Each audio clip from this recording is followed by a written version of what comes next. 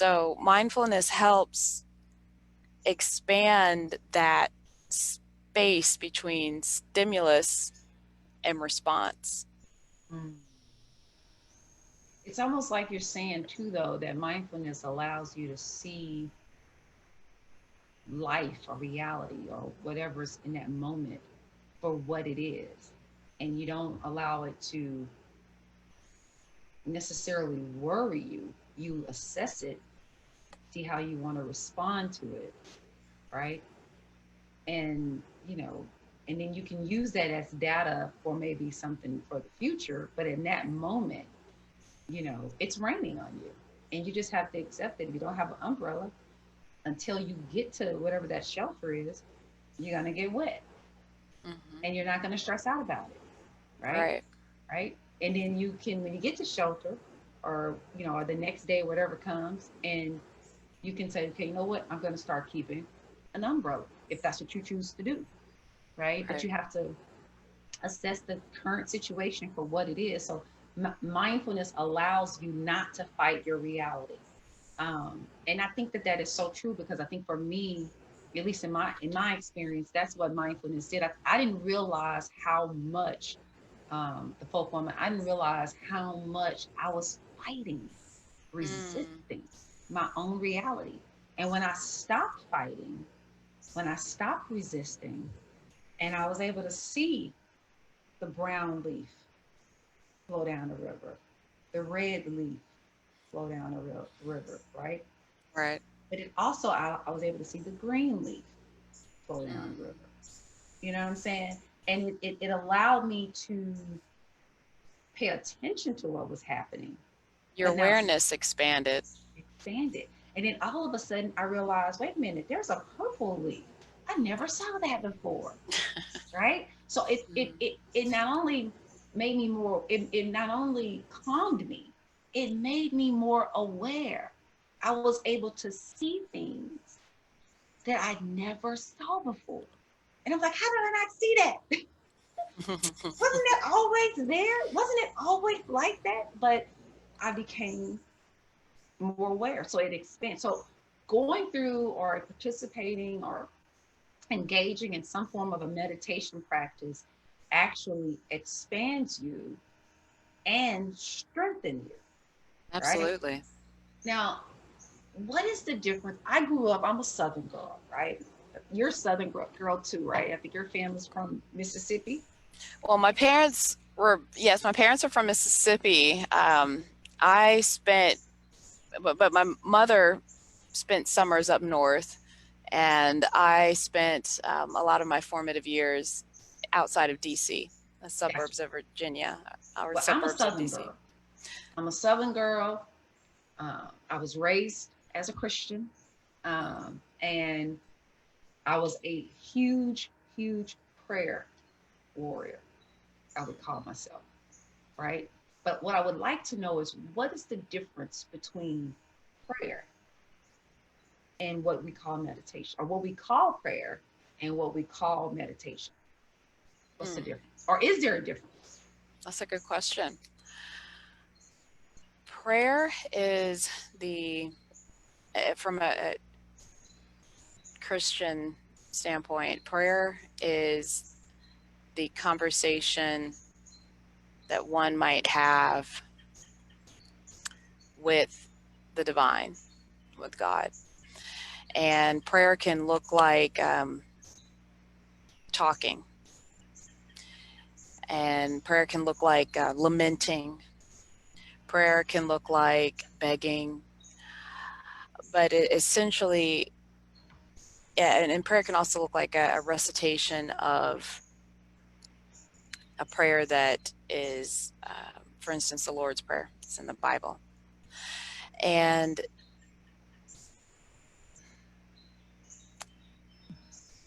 that's more of a having a conversation with an external being.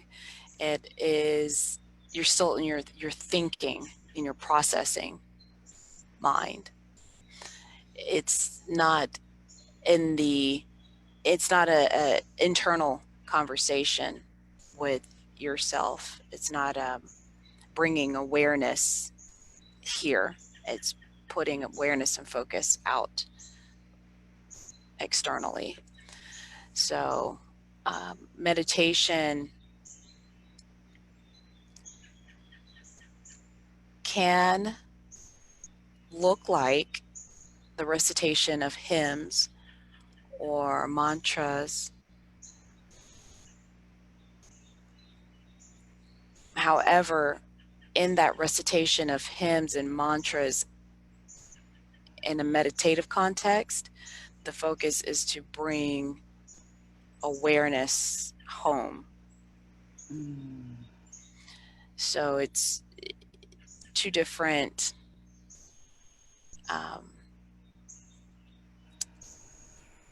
types of conversations, basically. One is to bring awareness home, to bring your focus inward. The other is to have a conversation with a divine being external of you. So let me give you an example. So just to help me understand, and maybe some other people that may be just being introduced to meditation and, you know, don't understand or want to know or whatever between prayer and meditation. So let's say if my prayer is, you know, let me give you, I'll give you a personal example. You know, years before I would say, you know, Lord, help me make more money. That would be my prayer, right? Something like that.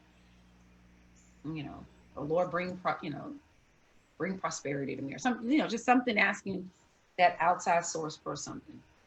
Whereas my meditation mantra could be, and I think you actually shared this mantra with me. From this moment forward, I invite, you know, unlimited abundance into my life. What's the difference between that one being prayer and that one being sort of a mantra that you meditate on? What's the difference? That's a really good question. That's a really good question. And it depends on application. I know that the Sufis give up prayer in a meditative dance, a sacred meditative dance. One of the ways that they give up prayer to the divine. If your prayer to God is, you know, praying about money, and if it's done in a way that is that I guess, how would I put this, that the brain receives it in the same way that your recitation of affirmations, like if your brain gets into that like kind of hypnotic suggestive state, then in that application they are similar. That prayer is a meditation. A prayer can be a meditation. So what would be the thing that would cause you not to have your brain sort of receive that prayer in that sort of, I think you said hypnotic type state? What would in a hypnotic type state? The barrier to that? If it's just, you know, gosh, I'm trying to think of how to put this. Don't be nice, just say it. If the way that you're doing it, if the way you're praying is if like you're visualizing God sitting before you and you're just talking like, I really need money, can you please put money in my bank account? That is not meditation. That's conversation. I'm bringing in abundance. I'm calling in abundance.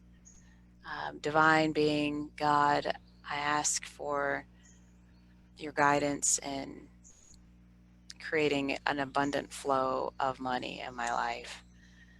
It's more of an internal. It's still having a conversation, but it's That's a It's tough the inner. question. It's the inner.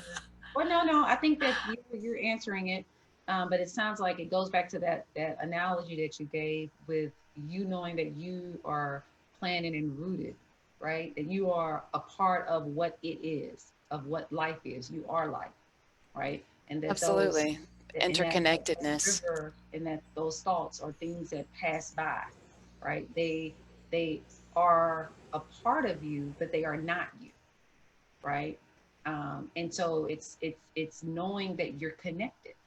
And once you kind of know that how connected you are, then that sort of in, invokes this power of of life that you have in yourself and of in your presence in this space, right? So it sounds like it's just it's a knowing of yourself, and so you're having that inner conversation with yourself because you know that you are a part of, right?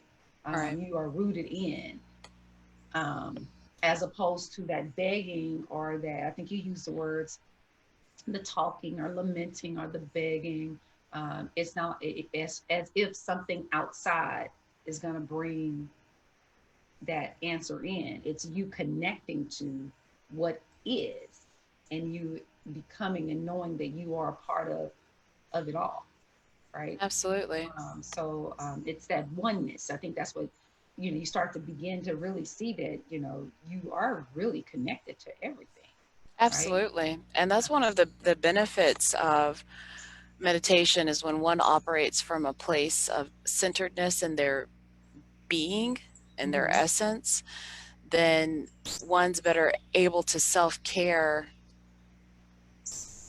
you know, themselves. That's kind of redundant, but Yeah. one's better able to self-care. And in that, they're able to assist in the empowered existence of other beings in their surroundings, because we are all connected. All connected. We're all connected. I often talk about my neighbors. You can hear them, my feathered and my scaly neighbors and my um, furry neighbors.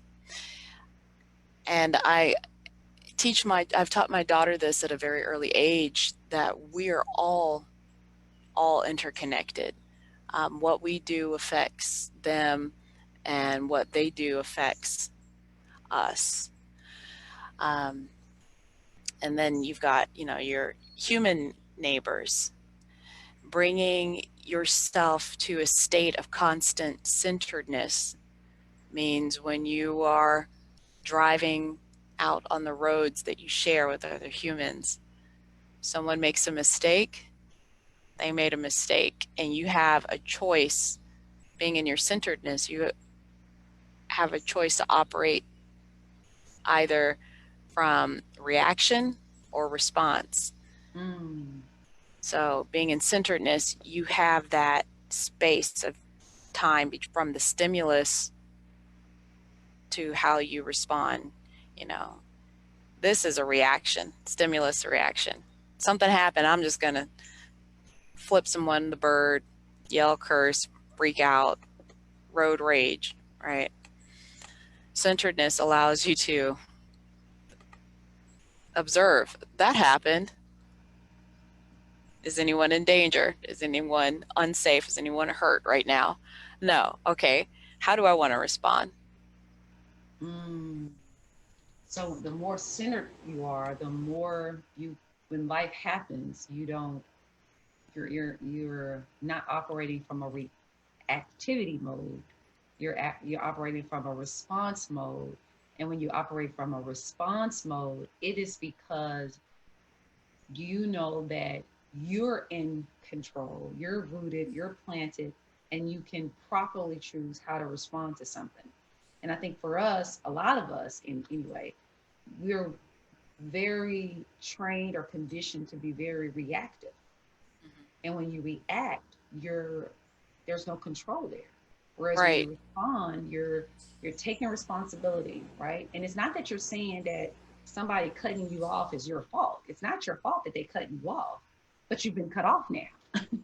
Right. It Right? happened. It's reality. It's So reality. how are you going to respond? Are you going to let your body tense up? I mean, you might naturally tense up for a moment, but are you going to keep holding that tension to where you're increasing your blood pressure, increasing your or restricting blood flow to your heart, and increasing the tension?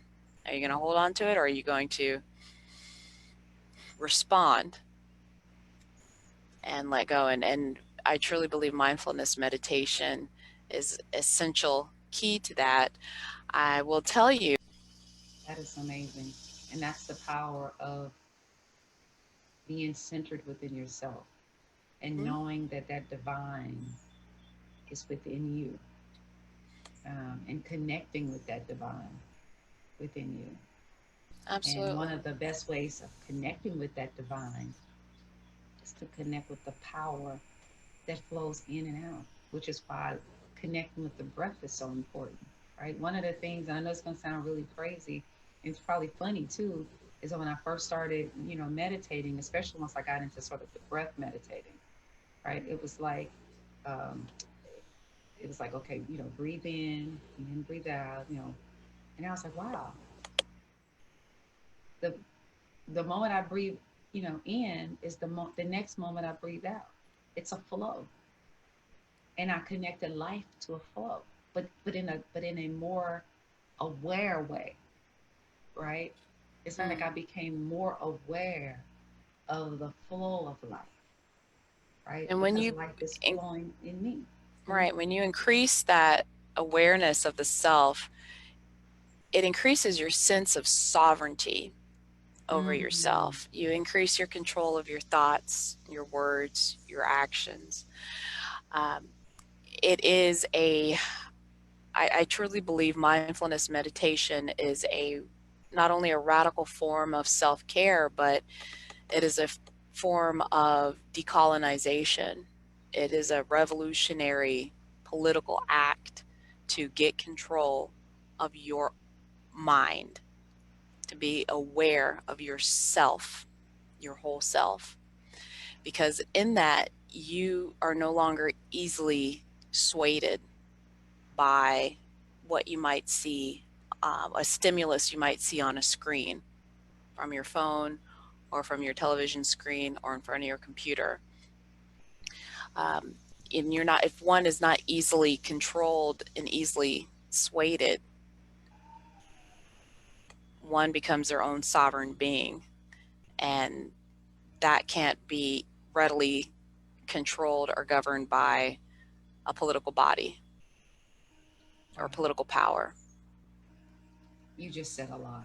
I, I know. I mean, we could have. You really know. You really, I'm gonna be mindful of time today. But there's gonna be a part two. We have to do.